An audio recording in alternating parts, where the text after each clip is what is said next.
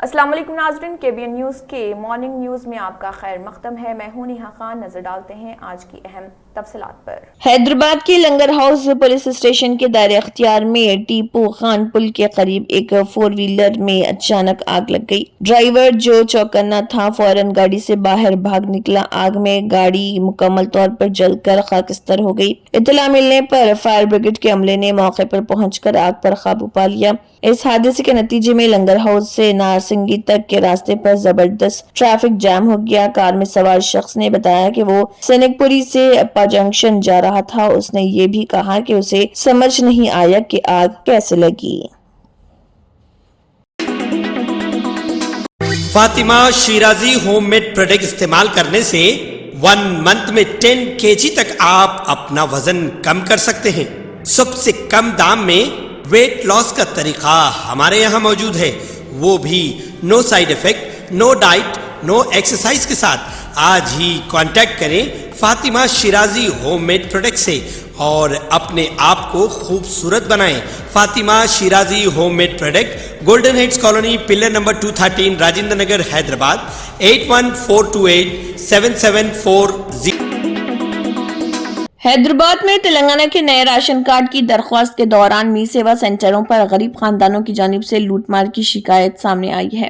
تلنگانہ میں 9 سال کے بعد راشن کارڈ جاری کرنے کا عمل دوبارہ شروع کیا گیا ہے۔ نائب وزیر اعلیٰ ملو بھٹی وکرمارکا نے وضاحت کی ہے کہ درخواستیں پورے سال کے دوران کھلی رہیں گی، مگر ڈیڈ لائن کے بارے میں غلط فہمیوں کی وجہ سے بہت زیادہ افراتفری ہوئی ہے اور اوور چارجنگ کی شکایت آئی ہے۔ می سیوا سینٹروں پر رش بڑھ گیا، جہاں خواتین نے طویل قطاروں میں کھڑے ہو کر درخواستیں جمع کرائی اور رش میں تھوڑی کمی آئی تھی، لیکن یاقوت پورہ، ڈبیر پورہ اور مغل پورہ کے سینٹرز پر بھی رش برقرار رہا، کیونکہ بہت سے درخواست گزاروں کو وقت کی توسیع کا علم نہیں تھا۔ سالم نگر کی گھریلو خاتون گرجا نے بتایا کہ انہوں نے درخواست فارم کے لیے 10 روپے کے بجائے 20 روپے ادا کیے اور فارم بھرنے کی مدد کے لیے ایک نجی سینٹر میں 100 روپے اضافی ادا کیے۔ تغل گوڑا کی عالیہ اور ظہیر النساء نے فارم جمع کرانے، فوٹو کاپی کرنے اور دیگر غیر رسمی چارجز کے لیے 200 روپے ادا کیے۔ نائب وزیر اعلیٰ ملو بھٹی وکرمارکا نے وضاحت کی ہے کہ درخواست گزاروں کو جلدی کرنے کی ضرورت نہیں، کیونکہ عمل پورے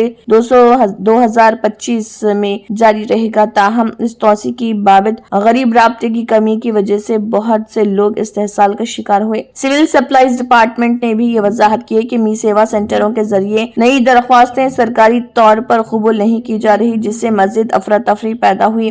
رش کی وجہ تلنگانہ کا وہ فیصلہ ہے جس کے تحت 2014 کے بعد پہلی بار راشن کارڈ جاری کیے جا رہے۔ حکومت کا ہدف 6,68,000 فائدہ اٹھانے والوں کو راشن کارڈ فراہم کرنا ہے، جن کی شناخت اور دروازے سروے کے ذریعے کی گئی ہے۔ یہ کارڈ سبسڈائزڈ اناج اور فلاحی اسکیموں تک رسائی کے لیے بہت ضروری ہے، جس کی وجہ سے غریب خاندانوں میں جلدی کی حالت ہے۔ حکام نے درخواست گزاروں سے درخواست کی ہے کہ وہ فیس کی تصدیق کریں اور اوور چارجنگ کی شکایت درج کریں۔ مستحق افراد online form download کر کے بغیر کسی جلدی کے درخواست جمع کر سکتے ہیں۔ تلنگانہ کے راشن کارڈ عمل کے بارے میں مزید اپڈیٹس کے لیے سرکاری سول سپلائز پورٹل پر جائیں یا ہیلپ لائن 1967 پر کال کریں، شکایت درج کرائیں۔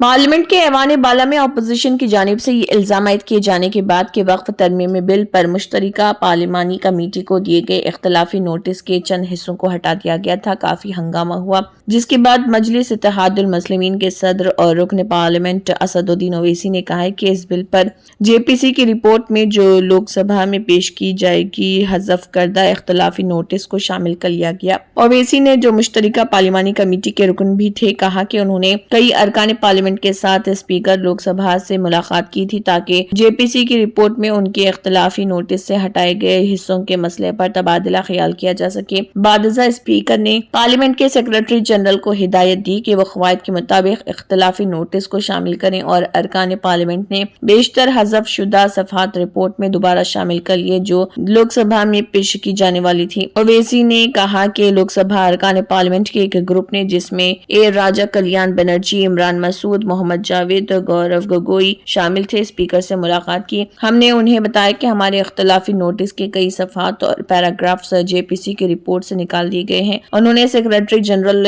کو ہدایت دی کہ وہ قواعد کے مطابق ہمارے اختلافی نوٹس کو دوبارہ رپورٹ میں شامل کر دیں۔ اور دوسرے جو JWC میں ایسے ایسے اسٹیک ہولڈرز کو بلایا گیا جن کو بھارت کے سمویدھان پہ کوئی بھروسہ نہیں، جن کے ایسے آرگنائزیشن کو بلایا گیا جن کے آرگنائزیشن کے ممبرز آتنکوادی کیسز میں اریسٹ ہوئے ہیں، مرڈر چارجز ان کے اوپر ہیں، ایسے لوگوں کو بلایا گیا ہے اور جلد بازی میں یہ JWC کی رپورٹ کو دیا گیا ہے۔ اس میں جو بھی ریکمنڈیشنز ہے تمام اپوزیشن پارٹیز نے اس کا اوپنلی پرزور اس کی ہم نے مخالفت کی ہے، اور آج اسپیکر صاحب سے ہم نے جو ملاقات کی تھی، اسپیکر صاحب کے انٹروینشن کے اوپر جو ڈسینٹ رپورٹس اپوزیشن MPs کے تھے جس کو ریڈیکٹ کر دیا گیا تھا، اس میں سے 70% ریڈیکٹڈ ورژن کو شامل کرنے کا اسپیکر صاحب نے ایشورنس دیا ہے، جو آج ہوم منسٹر نے بھی اس کو کہا ہے۔ مگر یہ جو بل لایا جا رہا ہے یہ وقف کو بچانے کے لیے نہیں، وقف کو برباد کرنے کے لیے، مسجدوں کو، درگاہوں کو، قبرستان کو مسلمانوں سے چھیننے کے لیے لایا جا رہا ہے، اور اس کا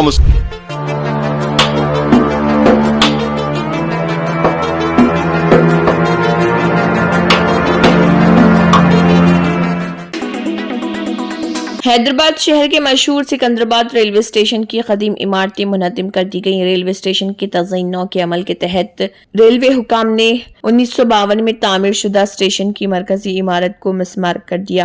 یہ عمارت اپنے وقت کی ثقافت اور فن تعمیر کی علامت تھی جو اب صرف یادوں میں باقی رہ گئی ہے۔ سکندرآباد ریلوے اسٹیشن کو 1874 میں اس وقت کے نظام نواب نے تعمیر کروایا تھا۔ 1916 تک یہ نظام گارنٹڈ اسٹیٹ ریلوے NGSR کا مرکزی اسٹیشن تھا۔ 1951 میں NGSR کے قومی آنے کے بعد یہ انڈین ریلوے کا حصہ بن گیا اور 1952 میں یہاں نئی عمارت تعمیر کی گئی۔ اس کا ڈیزائن نظام فن تعمیر کے مطابق ایک قلعے کی شکل میں تھا۔ اب اس اسٹیشن کو جدید ایئرپورٹ کی طرح بنانے کے لیے تیزی سے کام جاری ہے۔ 720 کروڑ روپے کے منصوبے کے تحت اس کی تزئین نو ہو رہی اور آئندہ 1 سال میں یہ مکمل طور پر جدید سہولیات سے آراستہ ہو جائے گا۔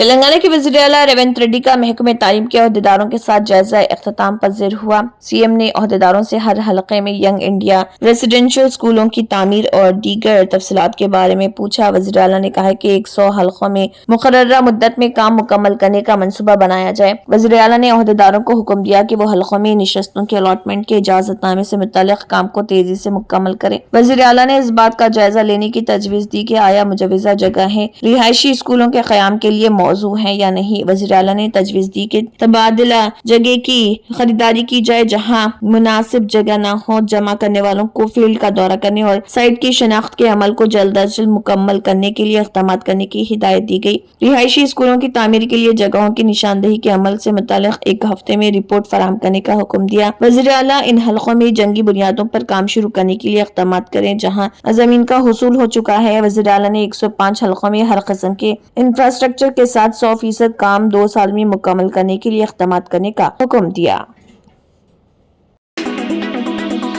جلسہ شب برات جامع مسجد دارالشفا حیدرآباد میں خطاب کرتے ہوئے امیر ملت اسلامیہ حضرت مولانا جعفر پاشا حسام ثانی نے کہا کہ حکومت بن کر اتنے سال ہو گئے ہیں لیکن مسلمان کو کوئی عہدہ نہیں دیا گیا ہے اور نوجوانوں سے نمازوں کی پابندی کرنے کی بھی تلقین کی۔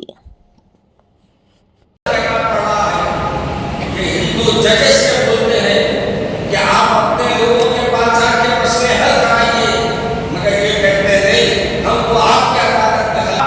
تمہارے لیے جو شریعت لائے ہیں، جو اللہ کے رسول میں احکامات لائے ہیں، اس کے خلاف جو کام کریں گے تو اس کا تمہارے کو خمیازہ نہیں۔ نظام آباد سینئر کانگریس لیڈر اشفاق احمد خان نے میڈیا سے بات کرتے ہوئے بتایا کہ درگاہ حضرت فتح اللہ شاہ بیابانی کنٹیشور نظام آباد درگاہ اور وہاں واقع قبرستان کی اراضی زمین پر مسلسل ناجائز قبضے کی کوشش کی جا رہی اور زمین کی صفائی پر کانگریس مینارٹی لیڈر نے ایڈیشنل کمشنر آف پولیس نظام آباد بسوا ریڈی سے مل کر ایک درخواست دی ہے۔ ایڈیشنل کمشنر آف پولیس نے سخت کارروائی کا تیقن دیا ہے اور اس موقع پر ایکس ڈپٹی میئر ایم اے فہیم، ایکس کارپوریٹر قدوس، ایکس کارپوریٹر مجاہد خان اور دیگر کانگریس لیڈرز موجود تھے۔ اس کے اوپر بعض نامعلوم شرپسندوں نے بلڈوزر چلا کے اس کو مسطح کرنے کی کوشش کی۔ اس کی اطلاع ملنے پر درگاہ کمیٹی کے ذمہ داران نے کل کری ٹاؤن میں ایک درخواست دی اور آج انچارج کمشنر کامر D S P C P madam کو میمورنڈم بھی روانہ کیا اور اس کی اطلاع وہاں کے نوجوانوں نے سابقہ کارپوریٹر محمد مجاہد خان کو دینے پر آج قدوس صاحب، فہیم صاحب، مجاہد خان کے ہمراہ ایڈیشنل سی پی بسوا ریڈی صاحب سے نمائندگی کی گئی سلسلے میں بی آر ایس نظام آباد ضلع صدر اور سابق ایم ایل اے آرمور جیون ریڈی نے الزام لگایا کہ ریاست کی کانگریس حکومت دوبارہ سروے اور رخصتوں کے بغیر کسی بھی اسکیم کو صحیح طریقے سے نافذ نہیں کر رہی۔ بی آر ایس پارٹی کے ضلع دفتر میں منعقدہ ایک پریس کانفرنس سے خطاب کرتے ہوئے انہوں نے واضح کیا کہ ریاست تلنگانہ میں اب دوبارہ سروے نہیں بلکہ دوبارہ پولنگ کی ضرورت ہے۔ انہوں نے کہا کہ جب بھی انتخابات ہوں گے عوام کے سی آر کو منتخب کریں گے اور عوام ریونت ریڈی کو گھر بھیجنے کے لیے تیار ہے۔ جیون ریڈی نے تبصرہ کیا کہ راہل گاندھی اور ریونت ریڈی دونوں کے لوہے کی ٹانگیں نہیں ہیں اور وہ جہاں قدم رکھتے ہیں کانگریس جل کر کوئلوں میں بدل رہی۔ انہوں نے کہا کہ راہل گاندھی اور ریونت ریڈی کی شان و شوکت کی وجہ سے کانگریس پہلے ہی نصف سے زیادہ ریاستوں میں اپنا ٹکٹ کھو چکی ہے۔ انہوں نے کہا کہ کانگریس قیادت سی ایم ریونت ریڈی کی ذہانت سے دنگ رہ گئی ہے، جنہوں نے حال ہی میں کہا تھا کہ ہریانہ میں کانگریس کو شکست دینے والی عام آدمی پارٹی نے اپنے حالیہ دورے کیرلا کے دوران دہلی میں کانگریس کو شکست دی تھی۔ تاہم وہ چاہتے تھے کہ ریونت ریڈی یہ بتائیں کہ مہاراشٹر میں 3 بڑی پارٹیوں کے ساتھ مقابلہ کرنے کے باوجود کانگریس بری طرح کیوں ہار گئی۔ انہوں نے کہا کہ راہل گاندھی رائفل ریڈی کے معاملات کے بارے میں سب جانتے ہیں اور اسی وجہ سے راہل ریونت ریڈی کا چہرہ بھی نہیں دیکھنا چاہتے۔ انہوں نے کہا کہ اگرچہ سی ایم 32 بار دہلی جا چکے ہیں، ریونت کو راہل سے ملاقات کا وقت نہیں مل سکا۔ جیون ریڈی نے الزام لگایا کہ کانگریس قیادت نے ذات پات کی تازہ ترین مردم شماری کی رپورٹ جاری ہونے کے بعد بھی ریونت کو نظر انداز کیا۔ انہوں نے کہا کہ راہل گاندھی نے اپنا ورنگل دورہ منسوخ کر دیا کیونکہ 6 وعدوں پر سوال اٹھنے کے ڈر سے اور ریونت ریڈی کا چہرہ نہیں دیکھنا چاہتے ہیں۔ آندھرا پردیش کے وزیر کے اچن نائیڈو نے کہا کہ ریاست میں پھوٹ پڑی برڈ فلو کی وبا سے خوفزدہ ہونے کی ضرورت نہیں ہے۔ متاثرہ مقامات میں وبا پر قابو پانے کے لیے مؤثر اقدامات کیے جا رہے۔ وزیر افزائش مویشیاء کے اچن نائیڈو نے غیر ضروری افواہیں پھیلانے والوں کو انتباہ دیا اور کہا کہ سوشل میڈیا کے چند پلیٹ فارم پر ایسی افواہیں پھیلائی جا رہی کہ برڈ فلو سے 40 لاکھ مرغیاں ہلاک ہو چکی ہیں، جبکہ صرف 5.5 لاکھ مرغیاں حالیہ دنوں کے دوران ہلاک ہوئی ہیں، جبکہ ریاست بھر میں چکن مرغیوں کی تعداد 10 کروڑ بتائی گئی ہے۔ انہوں نے کہا کہ ریاستی حکومت فوری طور پر چوکس ہو گئی ہے اور متاثرہ 4 پولٹری فارمز میں موجود 14,000 مرغیوں اور 340 انڈوں کو تلف کرنے اور انہیں دفن کے لیے سرکاری مشنری کو متحرک کر دیا گیا۔ چیف منسٹر کی رہائش گاہ کے قریب اندولی میں میڈیا کے نمائندوں سے بات کرتے ہوئے ریاستی وزیر کی اچن نائیڈو نے یہ بات کہی۔ انہوں نے کہا کہ وائرل مرض سے اگر 40 لاکھ مرغیاں ہلاک ہوئی ہیں تو انہیں دفنانے کے لیے بڑے بڑے گڑھے کھودنے پڑتے۔ کیا اتنی بڑی کارروائی کسی کے نظروں سے اوجھل رہتی یا کسی کے کیمرے میں یہ تصاویر قید نہیں ہوتی؟ عہدیداروں نے بتایا کہ گوداوری علاقے کے 2 موضوعات میں حالیہ دنوں پھوٹ پڑی برڈ فلو وبا پر مانیٹرنگ کے لیے جملہ 721 ریپڈ ریسپانس ٹیمیں تشکیل دی گئی ہیں۔ ضلع مغربی گوداوری کے ویلپور اور ضلع مشرقی گوداوری کے کونراگراہم موضوعات میں سب سے پہلے اس وبا کا پتہ چلا، جس کے فوری بعد محکمہ افزائش مویشیاء کے عہدیداروں نے متاثرہ علاقوں کے 2 پولٹری فارمز کی مرغیوں کو ہلاک کرنا شروع کر دیا۔ ضلع الورو کے بدم بوڑی گاؤں میں 2.2 لاکھ، ضلع مغربی گوداوری کے ویلپور میں 2.5 لاکھ، ضلع مشرقی گوداوری کے کونوراگراہم میں 65,000 اور ضلع NTR کے گمپالا گڑم گاؤں میں 7,000 مرغیوں کی ہلاکت کی اطلاعات ہیں۔ وزیر نے کہا کہ متاثرہ تمام پولٹری فارمز کو ریڈ زون میں رکھا گیا ہے اور 10 کلومیٹر کے دائرے میں تمام چکن شاپس کو بند کر دیا گیا ہے۔ منی پور میں دستور کی دفعہ 356 کے تحت صدر راج نافذ کر دیا گیا ہے۔ مرکزی بی جے پی قائدین کی ہدایت پر ریاستی چیف منسٹر این بیرین سنگھ کے استعفے کے 5 دن بعد ریاست میں صدر راج نافذ کیا گیا۔ مرکزی وزارت داخلہ نے اس ضمن میں ایک نوٹیفیکیشن جاری کرتے ہوئے ریاست میں صدر راج کے نفاذ کا اعلان کیا۔ نوٹیفیکیشن میں کہا گیا کہ یہ قدم گورنر منی پور کی جانب سے صدر جمہوریہ کو بھیجی گئی رپورٹ کی بنیاد پر اٹھایا گیا ہے۔ صدر جمہوریہ نے اس رپورٹ اور دیگر معلومات پر غور کرنے کے بعد دستور کی دفعہ 356 کے تحت حاصل اختیارات کا استعمال کرتے ہوئے ریاست میں صدر راج نافذ کرنے کا فیصلہ کیا۔ صدر راج کے نفاذ کے بعد اسمبلی کے تمام اختیارات گورنر کو حاصل ہو جائیں گے۔ یہاں یہ تذکرہ مناسب ہوگا کہ پرتشدد واقعات کی وجہ سے منی پور میں زائد از 1.5 سال سے عدم استحکام کی صورتحال رہی۔ ریاست میں تشدد میں تقریباً 200 افراد ہلاک ہوئے۔ اسی دوران چیف منسٹر منی پور این بیرین سنگھ کے استعفے کے بعد حکمراں بی جے پی لیجسلیچر پارٹی کے متبادل عقائد کے انتخاب کے لیے شدومت سے بات چیت جاری ہے۔ بی جے پی کے شمال مشرق کے انچارج سمپت پاترا نے وزراء، ارکان اسمبلی، بی جے پی اور دیگر حلیف جماعتوں کے قائدین کے ساتھ سلسلہ وار ملاقاتیں کی تاکہ ان کے خیالات معلوم کیے جا سکے اور نئے لیجسلیچر پارٹی قائد کا انتخاب عمل میں لایا جا سکے۔ علیحدہ اطلاع کے مطابق کانگریس نے کہا ہے کہ اگر حکومت نے منی پور میں 20 ماہ پہلے صدر راج نافذ کیا ہوتا تو تشدد میں عام شہری ہلاک اور ہزاروں لوگ بے گھر نہ ہوتے۔ فلسطینی مزاحمتی تنظیم حماس نے کہا ہے کہ جنگ بندی کے ثالث مصر اور قطر سے بات چیت کے بعد غزہ سے 3 اسرائیلی قیدیوں کو رہا کیا جائے گا۔ اپنے بیان میں حماس نے کہا ہے کہ غزہ جنگ بندی منصوبے کے اگلے حصے میں جانے کے لیے قیدیوں کا تبادلہ کریں گے۔ حماس نے الزام عائد کیا کہ اسرائیل غزہ میں داخل ہونے والی امداد، رہائشی خیمے اور بھاری مشنری کو محدود اجازت دے رہا۔ دوسری جانب اسرائیلی تجزیہ کاروں کا کہنا ہے کہ 60 سے 70% اسرائیلی عوام جنگ بندی معاہدے کے تحت قیدیوں کی واپسی اور جنگ کا خاتمہ چاہتے ہیں۔ قبل ازیں امریکہ اور اسرائیل نے دھمکی دی تھی کہ اگر حماس نے ہفتے کے روز اسرائیلی مغویوں کو آزاد نہیں کیا تو وہ غزہ پر حملہ کر دیں گے۔ امریکہ میں غیر قانونی تارکین وطن کے خلاف سخت کارروائی جاری ہے، جس کے تحت مختلف ممالک کے غیر قانونی رہائشیوں کو خصوصی پروازوں کے ذریعے ان کے وطن واپس بھیجا جا رہا۔ اس مہم کے تحت پہلے مرحلے میں 104 بھارتی شہریوں کو امریکہ سے ملک بدر کیا گیا تھا۔ یہ افراد امریکی فوج کے C-17 طیارے کے ذریعے 5 فروری کو بھارت کے امرتسر ایئرپورٹ پہنچے تھے۔ تازہ ترین اطلاعات کے مطابق مزید 2 خصوصی پروازیں بھارتی شہریوں کو لے کر وطن واپس آنے والی ہیں۔ پہلی پرواز 15 فروری کی رات 10:05 پر امرتسر ایئرپورٹ پر اترے گی، جبکہ دوسری پرواز 16 فروری کی رات متوقع ہے۔ ذرائع کے مطابق پہلی پرواز میں 119 بھارتی شہری سوار ہوں گے، جن میں 66 کا تعلق پنجاب، 33 کا ہریانہ، جبکہ 19 کا تعلق گجرات، اتر پردیش اور مہاراشٹر سے ہے۔ امریکی حکام کے مطابق یہ تمام افراد غیر قانونی طریقوں بشمول جن کی روٹ کے ذریعے امریکہ میں داخل ہوئے تھے، تاہم اس معاملے پر سرکاری بیان کا انتظار کیا جا رہا۔ دوسری جانب بھارتی وزیر اعظم نریندر مودی جو اس وقت امریکہ کے دورے پر ہیں، انہوں نے غیر قانونی بھارتی تارکین وطن کے معاملے پر اہم بیان دیا۔ انہوں نے کہا کہ بھارت امریکہ میں غیر قانونی طور پر مقیم بھارتی شہریوں کو واپس لانے کے لیے ہر ممکن اقدام کرے گا۔